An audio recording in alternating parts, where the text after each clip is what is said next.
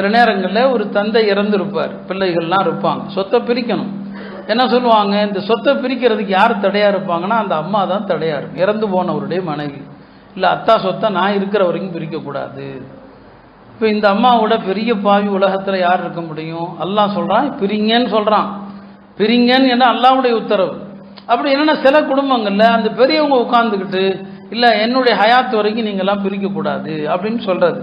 இந்த மாதிரி சொல்லக்கூடிய உரிமை யாருக்குமே கிடையாது. எனவே அருமையானவர்களே, இந்த விஷயத்தில் அல்லாஹ்வுடைய இந்த உத்தரவை நாம் பின்பற்றணும்.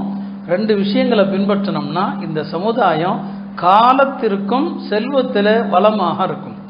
ஒன்று, இறந்தவருடைய சொத்தை பிரிக்கிறதுல உச்சக்கட்ட பேணுதல். 2வது ஜக்காத்து கொடுக்கறதுல பேணுதல். இந்த 2ஐயும் இந்த சமுதாயம் கடைபிடிச்சதுன்னு வைங்க, ஒரு மனுஷனுடைய சந்ததிகளில் வறுமைங்கிறது வரவே வராது. உலமாக்கள் வரவே வராது. வாழ்ந்த குடும்பங்கள் கெட்டு போறதுக்கு காரணம் என்ன? அந்த குடும்பத்தில் இந்த சொத்தை பிரிக்காம எங்கெல்லாம் நடக்குதோ அந்த குடும்பங்கள் ஒரு கட்டத்தில் ரோட்டுக்கு வந்துடும். இதை நான் சொல்லலை, பெரியவர்கள் சொல்றாங்க. ஜக்காத்து கொடுக்காத பணக்கார குடும்பம் ஒரு கட்டத்தில் ரோட்டுக்கு வந்துடும்.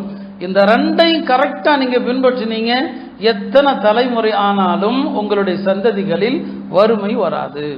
அல்லாஹ் இந்த பாக பிரிவினையை முழுமையாக பேணக்கூடிய தௌஃபீகை நமக்கு தந்தருள்வானாக.